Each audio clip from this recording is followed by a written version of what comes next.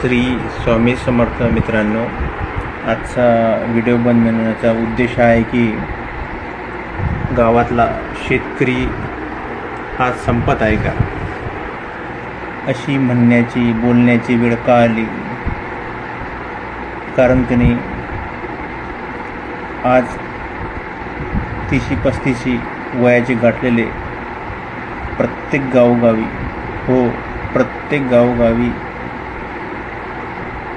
30-35 मुलं आज बिना लग्नाची आहेत. त्यांची लग्न होत नाही आहे. मुलींना शेतकरी नवरा नको. तुम्ही विचार करा मित्रांनो की शेतकऱ्यांचे लग्न होणार नाही तर त्यांचं कसं होणार, त्यांचा वंश कसा वाढेल, हा आपण विचार करण्याची गरज आहे. इतकंच काय की शेतकऱ्यांच्या मुली पण शेतकरी नवरा नको म्हणून समाजामध्ये बोलत आहेत. शेतकऱ्यांच्या मुलींनीच असं म्हटलं तर कसं होणार. शहरातील मुली तर येणार नाहीत शेतकऱ्यांच्या सोबत लग्न करायला. म्हणूनच म्हटलं मी, गावागावातला शेतकरी हा संपतो आहे म्हणजे याचा अर्थ काय. आर्थिक परिस्थितीने तर तो हैराणच आहे, पण आज रोजी मानसिकरित्या तो तणावात जात आहे. 40च्या वर खूप मुलं आज बिना लग्नाचे आहेत, तणावात जात आहेत. भविष्यात त्यांचे लग्न झालेच नाही तर काय होणार, त्यांचा वंश संपून जाणार. म्हणजेच काय, शेतकरी संपेल. समाजामध्ये आर्थिक विषमता ही कोणी केली, याला काही प्रमाणात सरकार पण जबाबदार आहे. आज सरकारी नोकर म्हणजे सर्व काही म्हणजे सुख, पगार पोटाच्या वर, 6-7 तास काम, सावलीत काम, कूलर AC मध्ये काम, आर्थिकरित्या मजबूत. म्हणूनच मुलींना सरकारी नोकरा मिळावा ही अपेक्षा राहते. आणि शेतकरी म्हटलं म्हणजे गावात राहणारा, आईवडिलांची सेवा करणारा, उन्हातान्हात काम करणारा आणि आर्थिकरित्या कमजोर पण असतो. पण भविष्यात असंच चालू राहिलं तर कसं होणार, हाही कुठे ना कुठे विचार करणं आवश्यक आहे. एक लक्षात ठेवा मित्रांनो, शेतकरी संपला ना तर खायला मिळणार नाही, देश चालणार नाही. म्हणून शेतकऱ्यांसोबत असं वागू नका. आजकाल मुलींना मी हे सांगू इच्छितो की मुलींना नुसतं शहरामध्ये सुख नसतं. सुख हे चांगल्या माणसात असतं. आणि चांगला माणूस म्हणजे शेतकरी असतो. शहरातील सर्वच वाईट आहेत असं मी म्हणत नाही, पण शेतकऱ्याबद्दल असा दुजाभाव करू नका.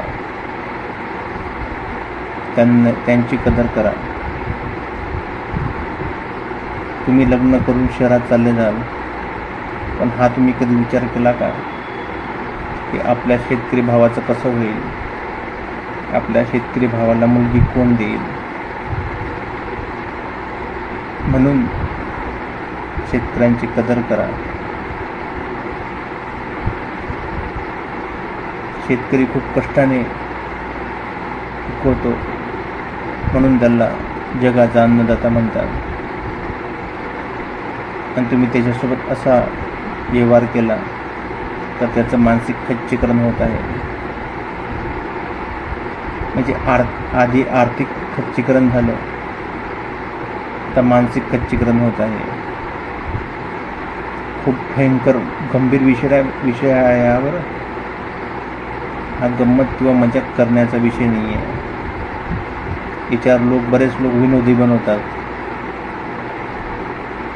पण आज नाही, येत्या 5 ते 10 वर्षानंतर ग्रामीण भागामध्ये खूप भयावह परिस्थिती निर्माण होईल. आणि याला जबाबदार काही प्रमाणात सरकार, काही प्रमाणात समाज पण राहणार आहे. आज जर त्यांची लग्न झाली नाही तर येत्या 5-10 वर्षामध्ये लोकसंख्या गणित बिघडेल. शेती करायला लोक मिळणार नाहीत. तुम्ही विचार करा, मग देश कसा चालेल?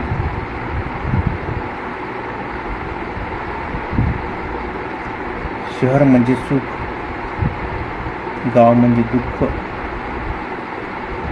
अशी आजकाल गोष्ट झालेली आहे. शेतकरी उलट किती चांगला माणूस असतो. आपल्या काळ्या आईच्या म्हणजे जमिनीमध्ये धान्य पेरून अन्न उगवतो. आपल्या म्हाताऱ्या आईबाबाची सेवा करतो, मुक्या ढोरांची सेवा करतो. आणि विशेष म्हणजे कोणाला मदत करण्यासाठी नेहमी समोर असतो. देताना उंजळीभर देतो. आणि आज शेतकऱ्याची इतकी भयावह परिस्थिती झालेली आहे. खूप भयंकर भयावह परिस्थिती आहे. तुम्ही खरोखर ग्रामीण भागामध्ये जाऊन बघा. अशाने काय होणार? तरुण सगळे व्यसनाच्या आहारी जात आहेत.